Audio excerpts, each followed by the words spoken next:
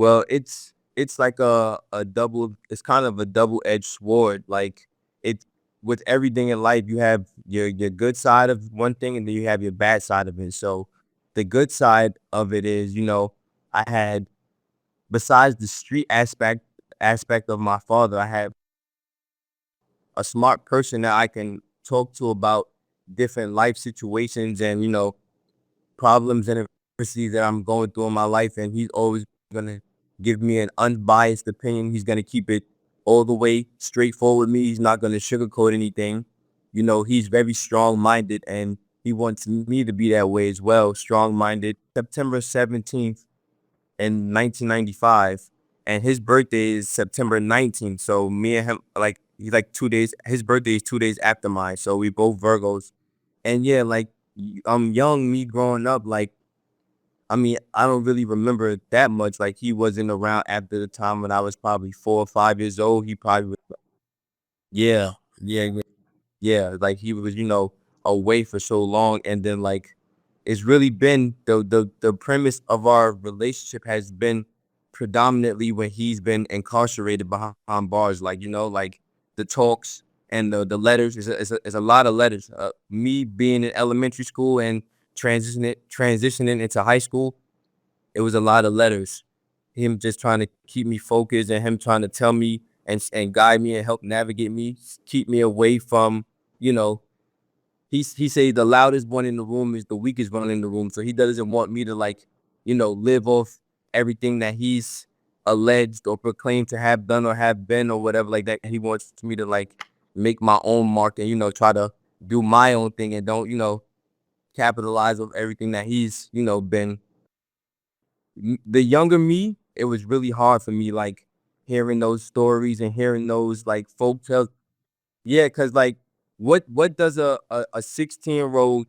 I was a baseball player in high school. Like, I was on honors, like, and then I started, like, no, I never went to school in Queens. My mother never wanted me going to school in Queens. I went to a private school in the city my whole entire life. So, like, okay, me being mind you, let me paint the scenario in the picture. My house is not too far from the projects or whatever like that. Where we live. So basically, like, me trying to, like, go over there and, like, see what that world was about, because I always was in this world, the school world, the athletic world. I never was, like, with the streets. So obviously, by me hearing the stories and I was fascinated by that, and I was like kind of cringing. I was drawn to it, and I also he's like the hood superhero. So, like, I'm just, so as I started, like, drifting drifting over into that, and then, like, the peer pressure, like, everybody would be telling me, like, yo, your father would do this and you got to do it like this because your father is. And then, like, for a kid, that's kind of hard because in my mind, they're making me think, like, yo, is what I'm doing wrong? Like, is me going to school and, like, am I, like that? It's crazy for a kid to go through. It's hard for a kid to go through that. But as me and him started talking more, I realized that what I was doing was right, and this wasn't the way for me to go going into the streets. Yeah, because I actually had got tripped up with a lot of some street stuff, and yeah, it was a lot of misunderstandings going on. So, like, I needed, like, him to be like, yo, like, this is not it. You don't want to go down this path. You see where I'm at. You see where your cousin is at. You see where a lot of other men in our family are at. So don't go down this lane. You have to stay here. Once they had him incarcerated, they had him held captive or whatever like that. They went after Murder Inc., the Murder Inc. guys, Irv and Chris, because they knew that they had ties. Obviously, Irv was at the top of the world at that time. He had all the money in the world at his disposal.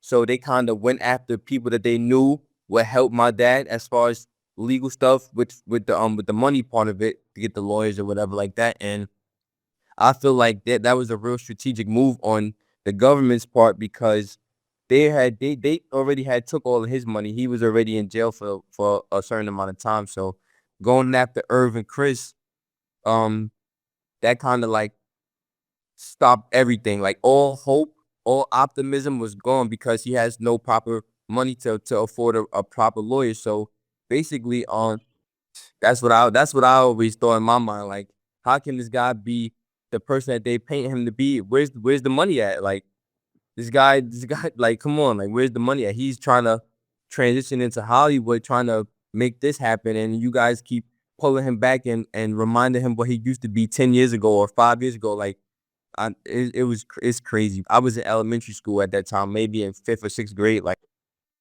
this star witness was the actual hitman that was alleged to be hired, and he testified against my dad, and that was like, yeah, that was pretty much all they needed. If somebody's gonna say, yeah, he told me to do this, he paid me to do it, like basically a hitman. He was a murderer, basically. Like, yeah, his rap sheet is really extensive and long. Yes, if I'm not, don't quote me, but I want to say that I don't even think he got any jail time.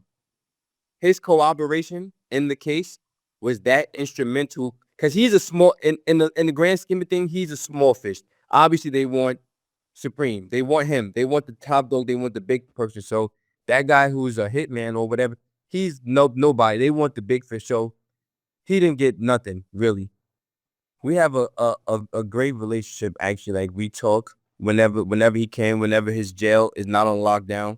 He does. He's adamant about me visiting him. Like, they move they like they play a game. The jails play this mind game. Like, they move him from because he moved from Colorado to Virginia to, yeah, the in Colorado where you had to take up two planes and then two buses, then an underground train, and crazy. So yeah, they was just he's been to maybe I'm gonna say 8 or 9 facilities in the past 6, 7 years. He's been to like 8 or 9 facilities.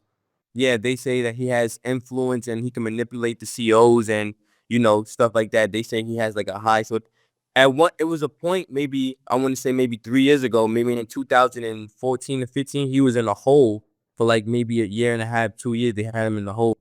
They say they caught him with a cell phone or something like that, and they had him in the hole for 2 years. Any little thing that he does, or they think that he does, or they accuse him of doing, they just gonna take that and like, all right, the year in the hole, just because of who they think he is or what his name is or whatever like that. So it's bad. So yeah, I had filled out the visitation form to go visit him in Kentucky, but they had like that jail goes on lockdown so much, like it's like, so I'm violence, killing, stabbings, it's all that. It's disgusting how much they're on lockdown. Like, I was on the phone with him one day, and literally, you know how when a person from jail calls you and they had the little, and then it says you about to be connected, blah blah blah. And then he gets on the phone. Literally 4 seconds after he gets on the phone and says hello, the alarm goes off from the back. He like, oh, I gotta something happened. I'll call you when I can. Like, literally, he was on the phone for 10 seconds before he turned. That's my cousin. That's my cousin. Yeah, everybody always gets that confused because they were so close to age. Yeah, yeah.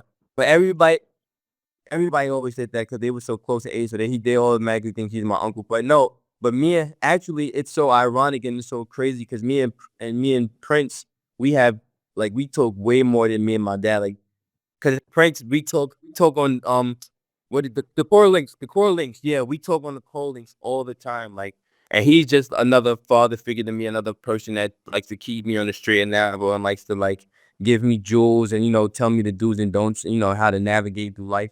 He's just another, like I said, another father figure. But I talk to him more frequently than I talk to my dad though. All my friends that I went to school with and everybody that I'm, accustomed to seeing, like most of them, even if they weren't in a two-parent household, like they can just drive and get in their car and drive 15 minutes and they can go. Their parent is right there available for them, so I just feel like, how will my life be different if my dad was actually not incarcerated and they're actually home? Like, how impactful would that have been in my life? Like, like from the baseball games to just being my mother and my aunt, like not having a male figure, like me growing up around all females. I was like about this close to getting into some real, exactly, and that would have been shattering to my family, to everybody. That would have been like a me and Chris Gotti have a close knit relationship. Like, I've been around him a lot in my life. He's, helped me in different aspects, always checks on me every now and again. But besides Chris, I never talked to Irv. Like I've never seen Irv anything. I maybe spoke to Irv maybe one time. Like I mean, but the friendship that he speaks about, to my knowledge, is legit. Is a legit friendship. Like that's another thing that my dad always tells me. Like, no man owes you anything, no matter what. So I don't look for that or anything like that. But like I said, um, I've only spoke to her maybe one time in my entire life, and I've never seen him. And as far as Ja, I've been to Ja house a few times. Me and their sons are cool. Like I'm cool with Ja's oldest son. I have like a decent relationship with one of the Herb's sons too, with the oldest one. Like we're cool, but yeah, like as far as the dads are concerned, it's not really, pretty much there's nothing there really. Is non-existent. Besides Chris, Chris is the guy that I'm, closest to, and I talk to him. I really don't like him, and it's not based off solely the thing with my dad that they have. I just feel like your Curtis is a grown man. He's 40 years old. He has multi-million dollars. So why even keep engaging and like just you beating a dead horse. Like let alone be alone. Well, it's not. I don't think that is a part of the marketing hype anymore for him. Fuck, from 20 years ago though. It's been 20 years. I feel like he wanted to be like my dad's. He wanted my dad to pay more attention to him back then, and my dad didn't pay any attention to him. So now he's like I'm here, and I'm not going anywhere. And you're gonna pay attention to me. Like after he has like this weird thing in his mind, like he wants to be my dad, but then he hates my dad. It's weird. Like my dad had one conversation with him in his entire life. One conversation with him. Of course, I feel like 50's biggest issue, or he has a lot of issues, but one of his biggest issues was the fact that my dad was messing with dudes from Hollis. Like Ja Rule and Irv, all of them are from Hollis. They're from the north side of Queens.